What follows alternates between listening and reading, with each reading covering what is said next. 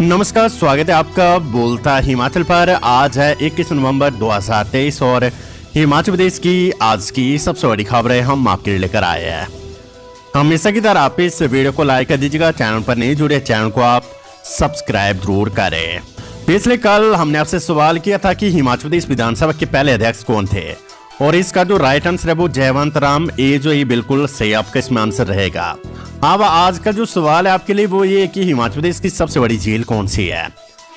चार ऑप्शन आप अपनी स्क्रीन पर देख रही है। इसका जो सही जवाब है वो आपको कमेंट बॉक्स में कमेंट करके जरूर बताना है। इसका जो राइट आंसर होगा वो हम आपको कल के न्यूज बुलेटिन में बताएंगे। तो वीडियो को लाइक कर दीजिएगा और कोशिश करें कि जो इसका राइट आंसर है वो आप हमें कमेंट बॉक्स में कमेंट करके जरूर बताएगा। पेश है आज की सबसे बड़ी खबरें। हिमाचल प्रदेश में सरकारी कर्मचारियों के तबादलों पर 21 नवंबर से पूर्ण प्रतिबंध, निर्देश जारी। हिमाचल प्रदेश सरकार ने कर्मचारियों के तबादलों पर पूर्ण प्रतिबंध लगा दिया है। अब मंगलवार से अत्यावश्यक और प्रशासनिक जरूरत होने पर ही सिर्फ मुख्यमंत्री की मंजूरी से तबादले हो सकेंगे। इस संबंध में सोमवार शाम को मुख्य सचिव प्रबोध सक्सेना की ओर से सभी प्रशासनिक सचिवों, विभागाध्यक्षों, मंडलायुक्तों और जिला उपायुक्तों को निर्देश जारी कर दिए गए हैं। कार्मिक विभाग की ओर से जारी इन निर्देशों के तहत सरकार ने 21 नवंबर से सरकारी कर्मचारियों और अधिकारियों के तबादलों पर पूर्ण प्रतिबंध लगाने का निर्णय लिया है। आदेशों में स्पष्ट किया गया कि मुख्यमंत्री के अनुमोदन से केवल सरकारी कर्मचारियों के तबादलों के ऐसे प्रस्तावों पर कार्यवाही और क्रियान्वयन किया जाएगा जो व्यापक मार्गदर्शक सिद्धांत 2013 के पैरा 8 के तहत विशेष रूप से प्रदान की गई परिस्थितियों के अनुरूप हो। सभी विभागाध्यक्षों को इन निर्देशों की कड़ाई से अनुपालना करने के लिए कहा गया है। बता दें कि विगत अक्टूबर तक सरकार ने महीने के अंतिम 4 दिन तबादलों के लिए तय किए थे। 20 तारीख के बाद तबादलों की फाइलों पर काम होता था और अंतिम 4 दिनों में तबादलादेश जारी होते थे।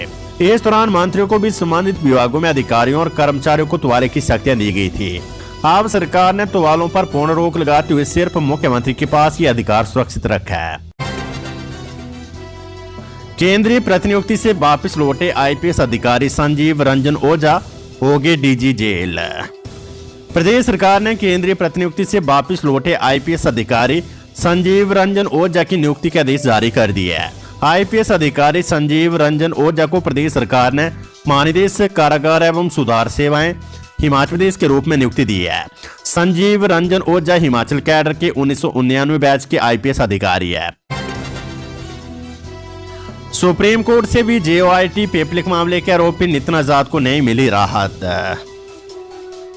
सुप्रीम कोर्ट से जेओआईटी पेपर लीक मामले में आरोपी नितिन आजाद को कोई राहत नहीं मिली है। नितिन आजाद ने हाई कोर्ट द्वारा जमानत याचिका खारिज किए जाने के फैसले को सुप्रीम कोर्ट में चुनौती दी थी।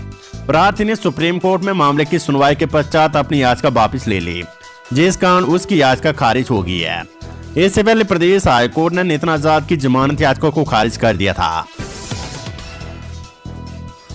बेरोजगार युवाओं के लिए ई टैक्स योजना शुरू, खरीद पर सरकार देगी 50% अनुदान। हिमाचल प्रदेश में बेरोजगारों के लिए सरकार ने ई टैक्स योजना की शुरुआत की है।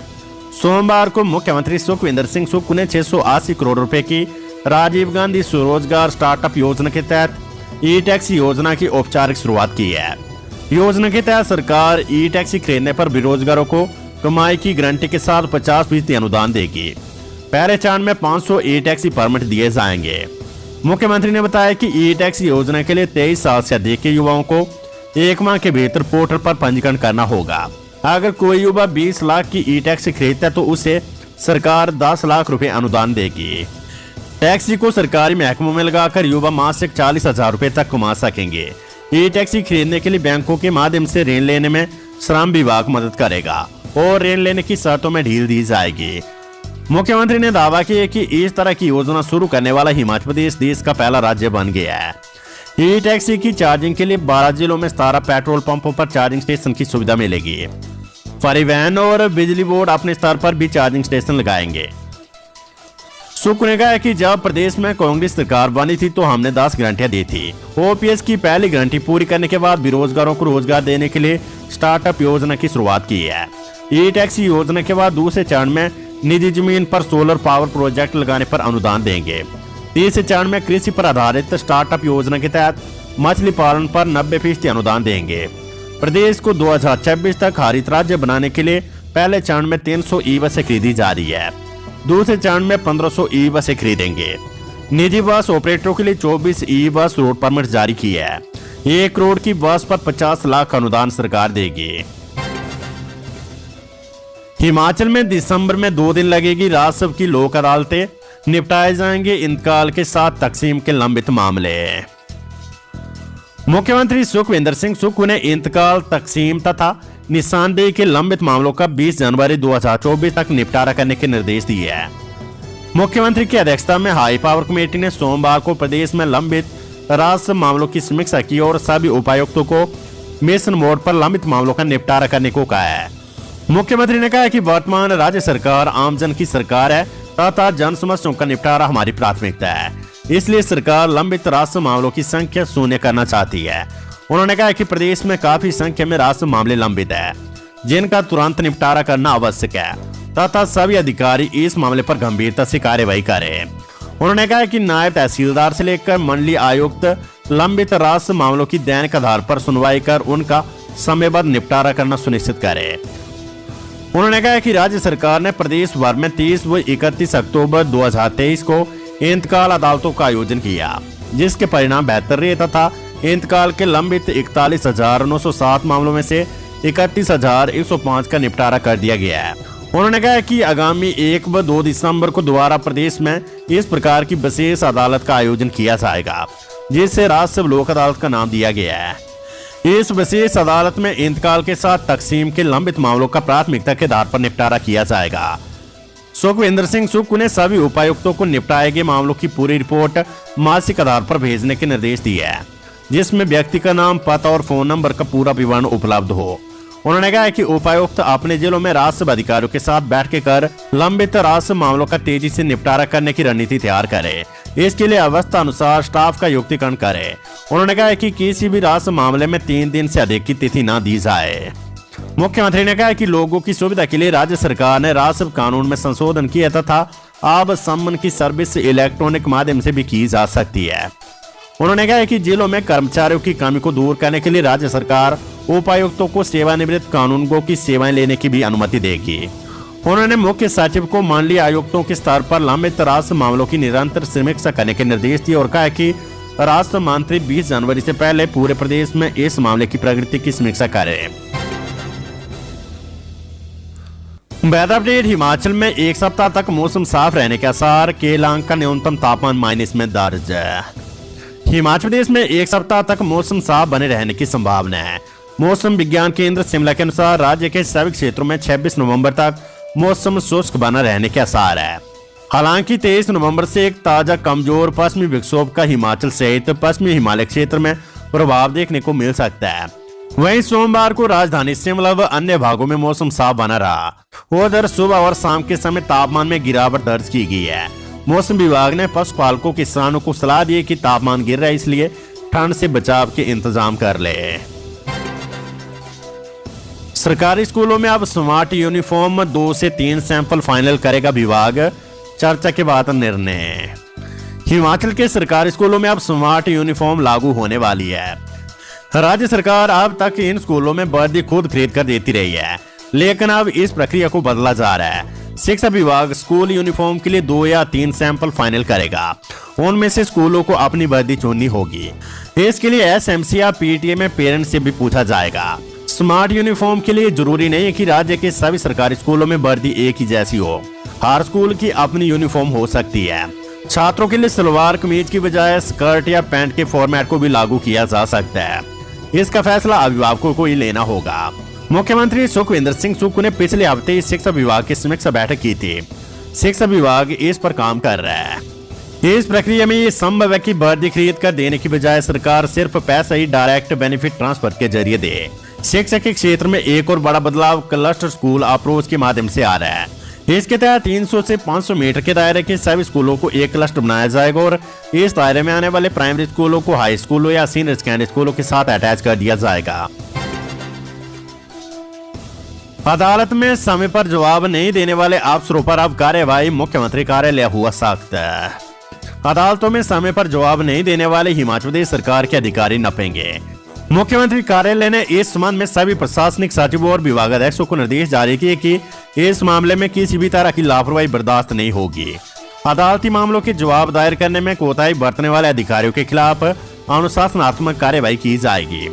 मुख्य सचिव प्रबोध सक्सेना ने कोर्ट में लंबित तमाम तरह के मामलों पर चर्चा करने और समय पर इनका जवाब देने की परिस्थितियों पर मंत्रणा के लिए 30 नवंबर को एक महत्वपूर्ण बैठक बुलाई है। सीएम सुख बोले पूर्व सरकार के समय 100 करोड़ का हुआ खनन घोटाला। मुख्यमंत्री सुखविंदर सिंह सुक्खू ने कहा है कि पूर्व भाजपा सरकार के समय 50 से 100 करोड़ रुपए का खनन घोटाला हुआ है। मुख्यमंत्री ने कहा है कि वे इसे घोटाला ही कहेंगे क्योंकि ब्यास बेसिन पर 63 स्टोन क्रशर बगैर अनुमति के चलते रहे। अभी तो ब्यास बेसिन के तहत आने वाले 4 जिलों में जांच हुई है। हाँ, पूरे प्रदेश के क्रशरों की भी छानबीन होगी कि वे मान्य लीज के साथ चल रहे हैं या नहीं। सुक्खू ने दो टोका है कि अगर खनन किया है तो उसकी रॉयल्टी जमा करवानी होगी, चाहे वे फैक्ट्री वाले हो या फिर अन्य स्टोन क्रशर मालिक है। कई जगह जनरेटर सेट से बजरी क्रश हो रही थी तो इसकी रॉयल्टी सरकार को नहीं मिल पाई है जो बिजली से खनन पर मिलती है। इससे सरकार के राजस्व को नुकसान हुआ है। सोमवार को सरकारी आवास ओक ओवर शिमला में मीडिया से अनौपचारिक बातचीत में सुक्खू ने कहा कि जनरेटर सेट पर कोई स्टोन क्रशर ना चलाए। अगर किसी ने ऐसा किया तो इस पर सरकार जुर्माना लगाएगी। खबर स्कूलों से 10वीं और 12वीं का परीक्षा शुल्क 15 दिसंबर तक करे जमा, शिक्षा बोर्ड ने मांगी आवेदन। अगले साल मार्च में होने वाली 10वीं और 12वीं की वार्षिक परीक्षाओं के लिए अभ्यर्थी 15 दिसंबर तक बिना लेट फीस के साथ आवेदन कर सकते हैं। इसके बाद 20 दिसंबर तक 100 और उसके बाद 1000 रुपए लेट फीस के साथ आवेदन जमा करवाया जा सकेगा। हिमाचल प्रदेश स्कूल शिक्षा बोर्ड सचिव डॉक्टर विशाल शर्मा ने बताया कि मार्च में होने वाली 10वीं और जमा 2 की नियमित वार्षिक परीक्षाओं और कंपार्टमेंट एडिशनल सब्जेक्ट आदि के लिए 1 से 15 दिसंबर तक फीस जमा कर सकते हैं। बेसब्री के चलते डमटाल के 2 होटलों का लाइसेंस रद्द। देह व्यापार के अवैध कारोबार के कारण डमटाल के 2 होटलों के पर्यटन विभाग द्वारा लाइसेंस रद्द कर दिए गए हैं। विभाग ने यह कार्यवाही जिला पुलिस नूरपुर द्वारा विभाग को लाइसेंस रद्द करने के लिए किए गए पत्राचार के आधार पर अमल में लाई गई है। बेसब्री का कारोबार करने के आरोप में होटल जेके इंटरनेशनल डमटाल और होटल ग्रैंड एपिक बाड़ीखाट पर जिला नूरपुर पुलिस ने हाल ही में दावे देते हुए होटलों में से 7 लोगों को गिरफ्तार कर आरोपियों से 6 महिलाओं को छुड़वाया था। प्रारंभिक शिक्षा उपनिदेशक कार्यालय हमीरपुर में सोमवार को जेएफटी बैच भर्ती के लिए काउंसलिंग हुई। जिला भर से पात्र अभ्यर्थियों ने काउंसलिंग में भाग लेकर अपने दस्तावेजों की जांच करवाई। इन पदों को अनुबंध के आधार पर भरा जा रहा है। जिन अभ्यर्थियों के नाम रोजगार कार्यालय में दर्ज है वे अभ्यर्थी काउंसलिंग में भाग ले सकते हैं। संबंधित पात्र अभ्यर्थियों को बुलावा पत्र काउंसलिंग तिथि सहित डाक से भेजे गए थे। वहीं उपनिदेशक प्रारंभिक कार्यालय शिमला में भी जेएफटी की बैच भर्ती शुरू हो गई है। जिला भर से रोजगार कार्यालयों में पंजीकृत अभ्यर्थियों को काउंसलिंग के लिए बुलाया गया है। छात्रा का अश्लील वीडियो बनाकर ब्लैकमेल करने पर 2 युवकों के खिलाफ मामला दर्ज है। ऊना में एक फार्मेसी कॉलेज की छात्रा का अश्लील वीडियो बनाकर उसे ब्लैकमेल करने का मामला सामने आया है। छात्रा ने एक बार पहले भी पुलिस के पास शिकायत की थी, लेकिन आरोपियों ने माफी मांगकर और दोबारा इस तरह ना करने की बात कही थी। लेकिन द्वारा छात्रा को ब्लैकमेल और परेशान किया जाने लगा, जिसके बाद तंग आकर छात्र द्वारा पुलिस के पास पहुंचे और दोनों के खिलाफ शिकायत सौंपी। पुलिस ने इस संबंध में आरोपी 2 युवकों के खिलाफ विभिन्न धाराओं के तहत मामला दर्ज किया है। आरोपियों में एक नोएडा में एक निजी कंपनी में कार्यरत है। शिकायत में छात्रा ने कहा है कि नोएडा में कार्यरत ऊना जिले के एक गांव के युवक ने उसका अश्लील वीडियो बनाया है। स्नैपचैट पर भी उसे वायरल करने की धमकियां देता है और उसका दोस्त भी इस मामले में शामिल है। एसपी अरजीत सिंह ठाकुर ने बताया कि पुलिस ने इस संबंध में विभिन्न धाराओं के तहत मामला दर्ज कर लिया और आगामी कार्यवाही जारी है। सीएम सुख बोले हिमाचल चयन आयोग में जल्द होगी भर्तियां। मुख्यमंत्री सुखविंदर सिंह सुक्खू ने कहा है कि राज्य चयन आयोग की अधिसूचना जारी हो चुकी है। कंप्यूटर आधारित टेस्ट करवाए जाएंगे। सरकार की एजेंसी से बातचीत चल रही और टाटा कंसल्टेंसी से भी बातचीत की जा रही है जो परीक्षाएं करवाती है। सीएम सुक्खू ने शिमला में कहा है कि 1-1.5 महीने में जब ये बातचीत खत्म होगी तो राज्य चयन आयोग भर्तियां शुरू करेगा। जब तक राज्य चयन आयोग कार्य रूप में नहीं आ जाता है तब तक राज्य लोक सेवा आयोग ही नियुक्तियां करेगा। मुख्यमंत्री ने कहा कि प्रदेश में 2961 वन मित्रों के पद भरे जाएंगे। आने वाले वक्त में स्वास्थ्य, जल शक्ति और अन्य विभागों में भी भर्तियां होगी। युवाओं को रोजगार के अवसर दिए जाएंगे। सीएम ने कहा कि 10 से 15 हजार के करीब युवाओं को नौकरियां दी जाएगी। सिरमौर में छठ पूजा के दौरान नदी में डूबा प्रवासी युवक बचाव अभियान जारी। हिमाचल प्रदेश के सिरमौर जिले के पांवटा साहिब में छठ पूजा के दौरान 18 वर्षीय प्रवासी युवक मनीष कुमार नदी में डूब गया। सूचना मिलने पर पुलिस टीम मौके पर पहुंची और स्थानीय गोताखोरों की मदद से बचाव अभियान शुरू किया।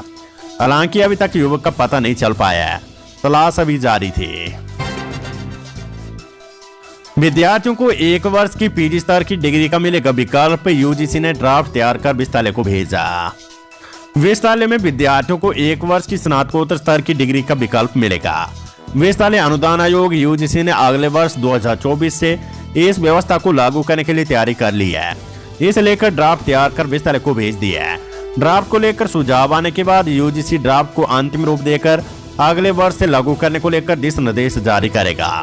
ड्राफ्ट के अनुसार नए पाठ्यक्रम और क्रेडिट फ्रेमवर्क के तहत 4 वर्षीय स्नातक यूजी की पढ़ाई करने वाले विद्यार्थियों को 1 वर्ष की स्नातकोत्तर मास्टर की डिग्री का विकल्प मिलेगा। इसके अलावा 3 वर्षीय यूजी कोर्स की पढ़ाई करने वाले विद्यार्थी को 2 वर्षीय मास्टर की पढ़ाई करनी होगी।